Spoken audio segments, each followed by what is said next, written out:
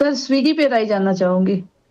Swiggy है मेरा almost 250 shares है एंड वो भी अभी लॉस पे चल रहा है। 600 के ऊपर का बाई है। 100 के ऊपर का बाय है, हाँ, ऐसे ही मतलब एवरेज। अपने हाईज के आसपास पकड़ लिया आपने। हाँ, वो लिया था फिर एवरेज करते हुए 583 के करीब आया है। अरे ये कोई एवरेज थोड़ा हुआ, गिरने देती है इतनी जल्दी, एवरेज क्यों कर लिया था? ले लिया था सर। खैर नहीं, अब पेन में आ गए दोनों। न्यू एज में जोमेटो और स्विगी दोनों पेन में आ रहे हैं। खैर आईपीओ वालों को लिए भी डर लगेगा। 390 का तो इशू प्राइस था, उसी की तरफ बढ़ रहा है धीरे धीरे। आज सदवे साहब खैर मूड बिगड़ा हुआ है। 3 महीने का ही चार्ट होगा मेरे ख्याल से मोटा मोटी इसका, फिर भी उसको देख के कुछ आइडिया लग रहा है, क्योंकि जोमेटो आज तो खैर पेन में इसीलिए क्योंकि जोमेटो ने डरा दिया है। उसके क्विक कॉमर्स के लॉसेज आ गए, वो खुद कह रहे हैं कॉम्पिटिटिव इंटेंसिटी तगड़ी है तो प्रॉफिट्स पे हिट रहेगा ही रहेगा। नियर टर्म के लिए पेन रहने वाला है, वो क्लियर कट आ गया है सब कुछ। तो वो सब एक्सट्रापोलेट कर रहे हैं कि इनके साथ हुआ है तो इनकी भी बारी वैसी कुछ आएगी। क्या करना चाहिए, निकल जाएंगे अभी तो या बने रहना चाहिए स्टॉक में?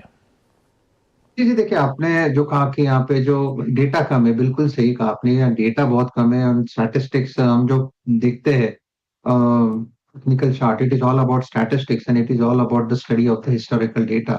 और जितना डेटा हमें ज्यादा मिलता है उतना हम कन्विक्शन के साथ कह सकते हैं कि इसमें क्या हो सकता है। It is about the probability. तो अभी प्रोबेबिलिटी के हिसाब से देखें तो यहाँ पे जो डेटा बनता है वो 400 का सपोर्ट दिखा रहा है, 437 चल रहा है, इसका बना था टॉप करीबन 600 610 का।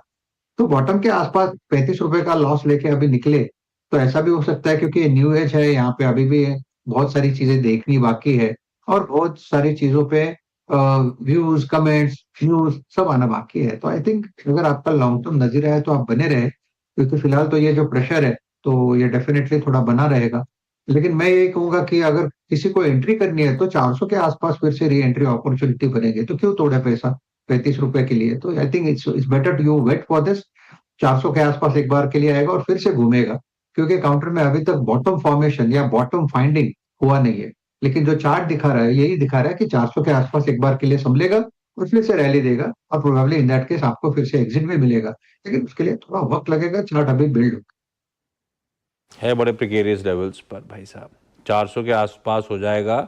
390 मेरे ख्याल से आईपीओ का इशू प्राइस था, उसी के इर्द गिर्द वो आईपीओ से पहले सीसीपीएस जो जारी हुए थे, जो बहुत चर्चा में थे। 375, 380, 390 के आसपास सबके खरीदे हुए हैं। एक बार वो पॉकेट पेन में आएगी तो गड़बड़ हो जाएगी स्विगी के लिए। ये 400 जो सचमुच साहब डिफेंड करने की बात कर रहे हैं, अगर वो हो गया तब तो फिर भी कंफर्ट रहेगा। खैर